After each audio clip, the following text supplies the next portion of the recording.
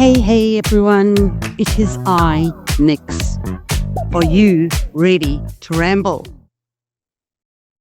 Before we ramble though, quick shout out to all my subscribers and the new subscribers.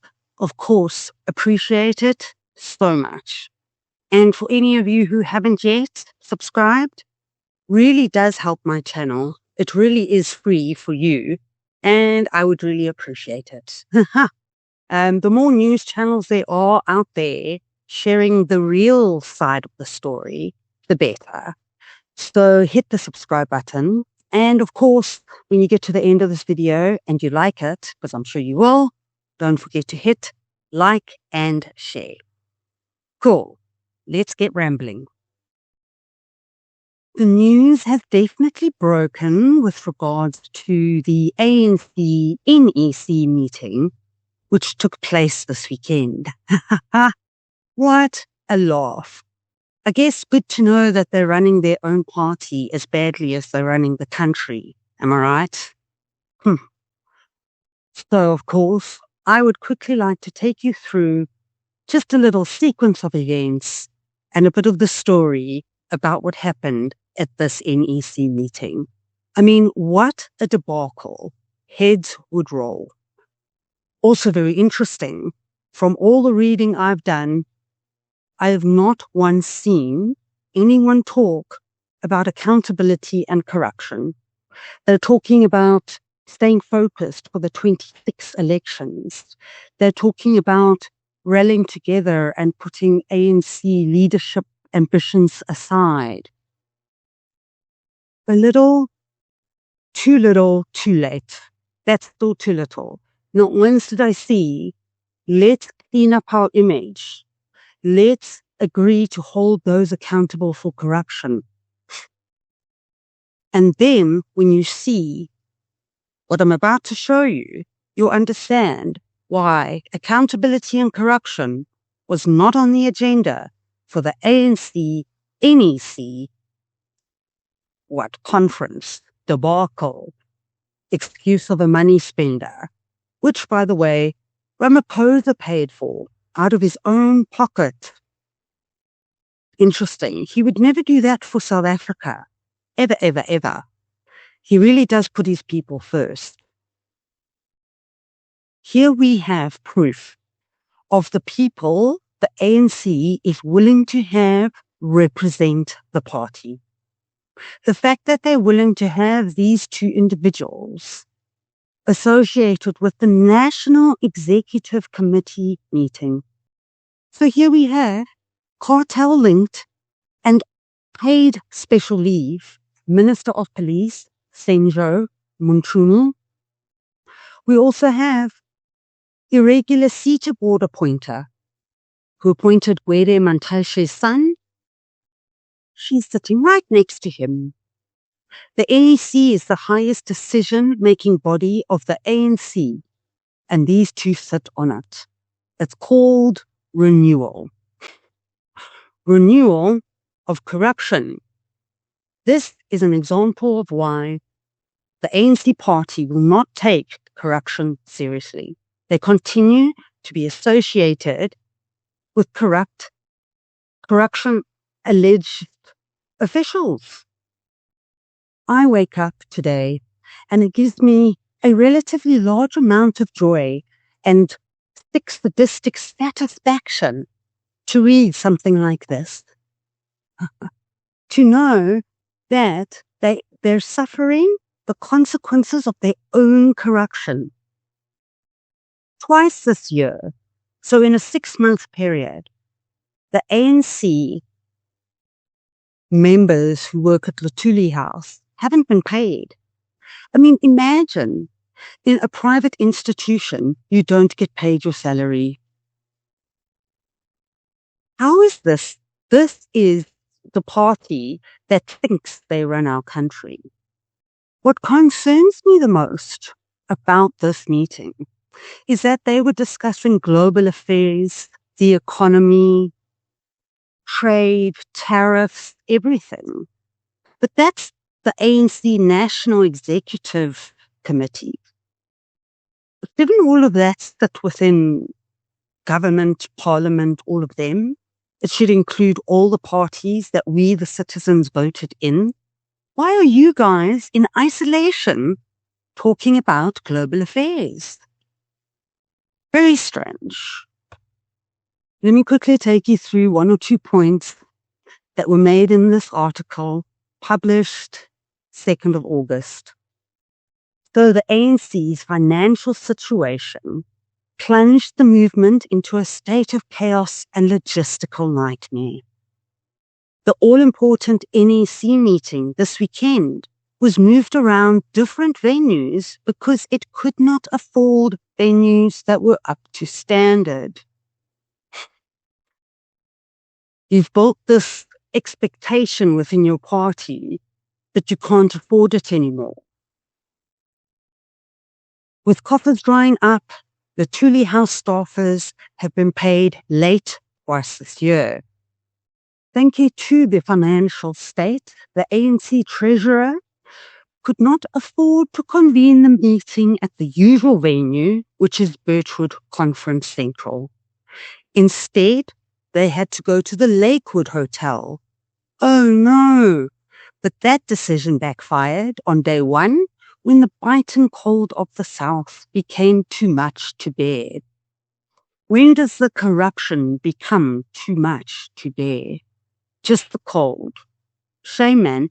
Think about all those homeless people because you're stealing from us.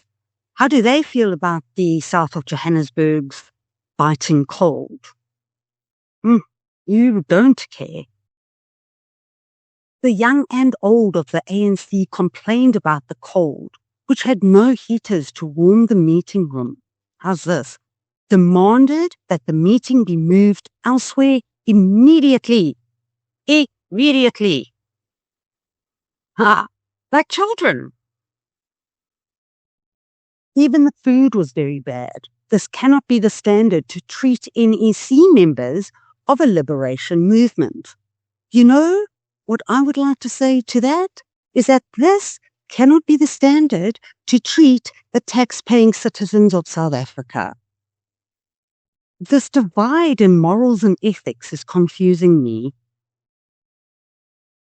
And of course, by Friday at 6 p.m., a dozen brand new industrial gas heaters were secured. But who cares? Because day 2 moved to the municipal building in Germiston.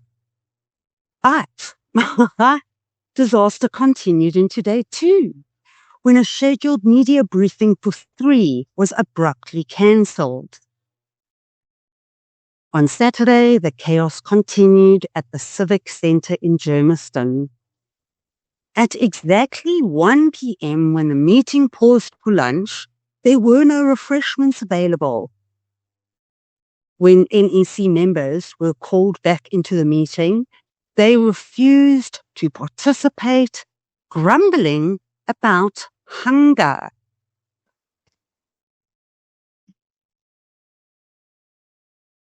Speechless. I'm speechless. That summit would have flopped or been postponed if a certain camaraderie did not intervene as he usually does and saved the day, as he usually does, hey? That's interesting. And this comes from a person with an eye on ANC financial statements. Sure. The TG, Treasury General, I presume, is not coping, quite honestly, because money problems are just constant. Yeah, South Africa feels the same. But she's lucky the president and his circle have a soft spot for her and are always willing to come to the rescue. That's interesting. Sunday World understands that party boss Cyril is trying his best to assist the party to conquer its financial problems that are also exacerbated by the fact that the ANC got trapped into the culture of renting. Rental included its head office, the Thule House. Interesting, wouldn't you say?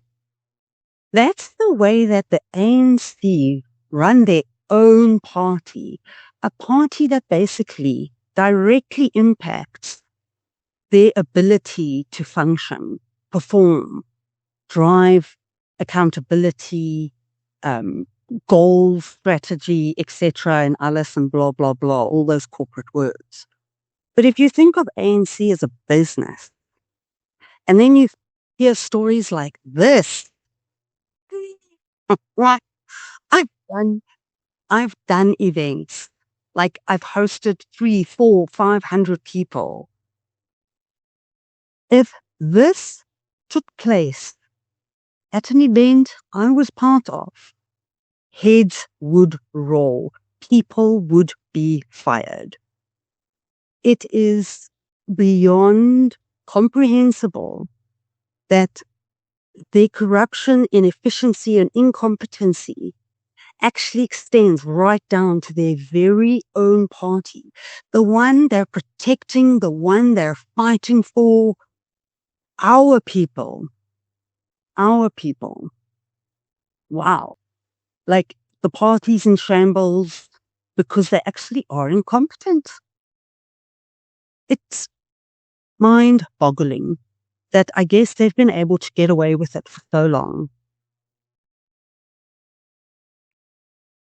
So my final note on this is that you should all go onto X and look at Cyril Ramaphosa's profile.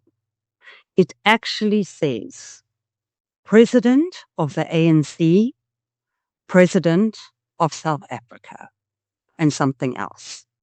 But with the experience I have in these sorts of things, it is well known that you always put the most important of your qualifications or roles, etc., first. And he has been known, and people have called him out, that he will fight to the death for his party before he fights to the death for South Africa. And he literally has it on his X profile. It's a plain to see, and I don't know, man, like the rose-tinted glasses are broken, stolen, vandalized, stripped for parts and sent over the border already. It's already on its way back to China to be melted down, to be made into a new pair. Anyway, that's my ramble for today. Like, they are this inefficient. Like, wow. Guys, if you enjoyed this video, don't forget to like and share. If you're still here, make sure to subscribe. And of course, wishing you a happy, successful day. Have a great one, guys. Over and out.